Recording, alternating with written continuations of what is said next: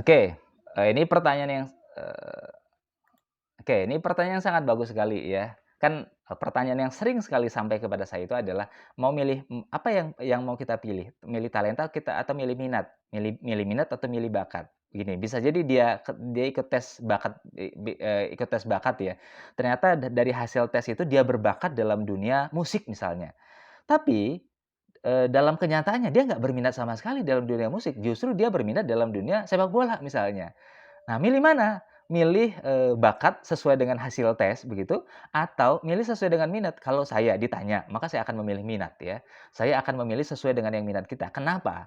Karena, dalam proses mengembangkan, sebuah skill tertentu dalam diri kita, yang dipentingkan itu kan konsistensi, ya, yang dipentingkan itu konsistensi. Maka cari alasan sebanyak mungkin agar kita bisa konsisten. Nah, salah satu alasan yang membuat kita bisa konsisten itu adalah kalau kita minat dalam satu bidang.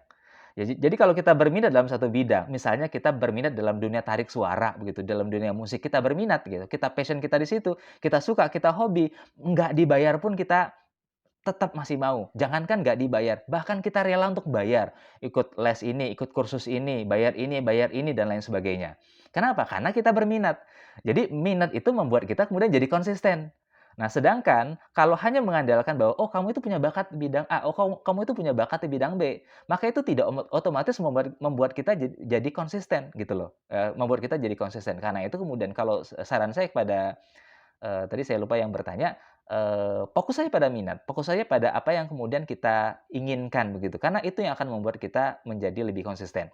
Tetapi memang yang perlu jadi catatan semua ya Bapak Ibu adalah bahwa yang bisa membuat kita konsisten itu banyak ya, tidak hanya minat, tidak hanya passion, ada banyak yang bisa membuat kita konsisten. Salah satunya adalah keluarga misalnya. Jadi boleh jadi kita itu sedang menekuni satu bidang.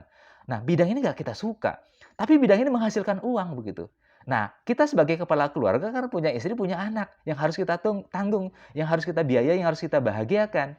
Jadi walaupun kita nggak berminat, tapi bidang yang sedang kita tekuni itu adalah bidang yang ada uangnya, dan bahkan uangnya banyak bisa kita hasilkan, maka kita bisa konsisten begitu. Jadi walaupun kita nggak berminat, tapi karena ada uangnya dan uangnya banyak, dan kita memerlukan uang yang banyak itu untuk membahagiakan anak kita, untuk membahagiakan pasangan kita, maka kita bisa ya bertahan. Jadi kata kuncinya adalah cari sebanyak mungkin alasan yang bisa membuat kita konsisten. Jadi memang salah satu alasnya adalah minat ya, minat kita pada satu bidang.